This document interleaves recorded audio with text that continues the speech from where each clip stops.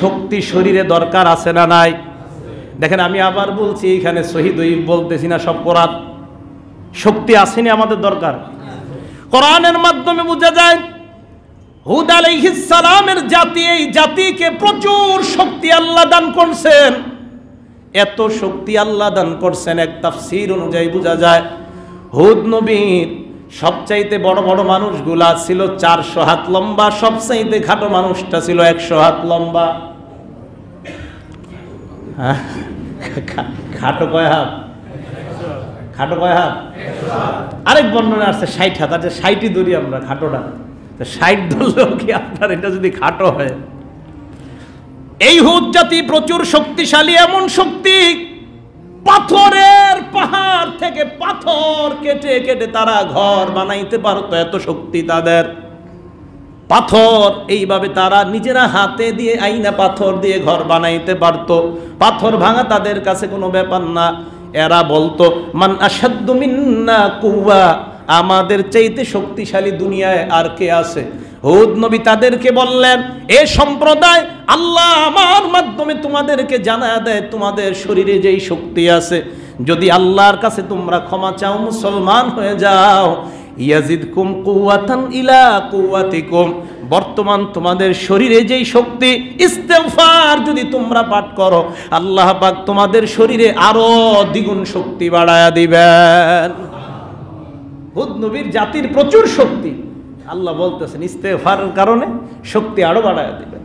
এখন আমাদের শক্তির দরকার আছে না? শরীরটা দুর্বল বলি কি বলি না?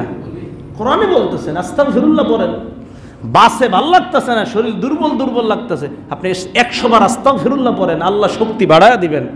আমি আপনাদেরকে বলছি, বিশ্বাস করেন, আল্লাহ বলতেছেন আস্তাগফিরুল্লাহ পড়ো, আমি শক্তি বাড়ায়া দিব। তোমার শরীরে বর্তমানে যে পরিমাণ শক্তি, ইস্তেগফার পড়ো, এই শক্তির সাথে আমি আল্লাহ কুদরতি শক্তি দিয়ে ডাবল শক্তি দিয়ে রূপান্তরিত করব। তুমি ইস্তেগফার পড়েন, কোরআনের আয়াত। তো আল্লাহ পাক রব্বুল আলামিন বলবেন ইয়াজিদকুম কুওয়াতান ইলা কুওয়াতিকুম, তোমাদের বর্তমান যে শক্তি, এই শক্তির সাথে আল্লাহ আরো শক্তি তোমাদেরকে বাড়ায় দিবেন। তাহলে আমরা পড়ব না ইস্তেগফার ইনশাআল্লাহ? এরপরে আসেন, ইস্তেগফার সুন্নাতুল আম্বিয়া, নবীদের সিফাত। সুবহানাল্লাহ। ইস্তেগফার কাদের গুণ? আদম নবী বলেন রব্বানা যালামনা আনফুসানা ওয়া ইল্লাম তাগফির লানা ওয়া তারহামনা লানাকুনান্না মিনাল খাসিরিন।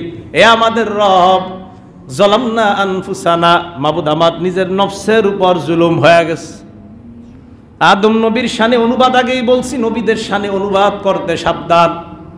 যালামনা আনফুসানা, জুলুম শব্দের অনুবাদটা আমরা করব না, কারণ একজন নবী, এই হযরতে আদম নবী বলে আল্লাহ আমার নফসের উপর অন্যায় হয়ে গেছে, তা আমরা বলবো হয়ে গেছে, জুলুম হয়ে গেছে বলবো নবীদের শানে।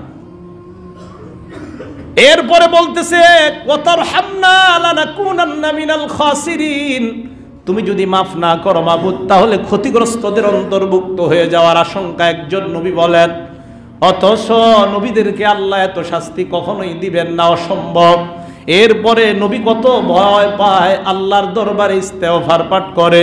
হযরত নূহ আলাইহিস সালাম সূরা নূহের 28 নম্বর আয়াতে আল্লাহ বলেন, নূহ নবী আল্লাহর দরবারে বলেন রব্বিগফিরলি, মাবুদ তুমি আমাকে ক্ষমা করো, ওয়ালি ওয়ালিদাইয়া, আমার পিতা মাতাকে তুমি ক্ষমা করো, ওয়ালিমান দাখালা বাইতিয়া মুমিনা, আল্লাহ আমার ঘরে অথবা এই মসজিদে যারা প্রবেশ করবে তাদেরকেও তুমি ক্ষমা করো। মুফাসসিরিনে কেরাম বলেন কিয়ামত পর্যন্ত এই মসজিদে আমরা যারা মুসল্লি আসব, আমাদের জন্য নূহ নবীর ওই দোয়া আল্লাহ কবুল করে নিবেন। কিয়ামত পর্যন্ত আমরা যারা মসজিদে আসবো, আমাদের নূহ নবী আমাদের জন্য দোয়া করছে, আল্লাহ মসজিদে যারা ঢুকবে এদেরকে তুমি মাফ করে দাও।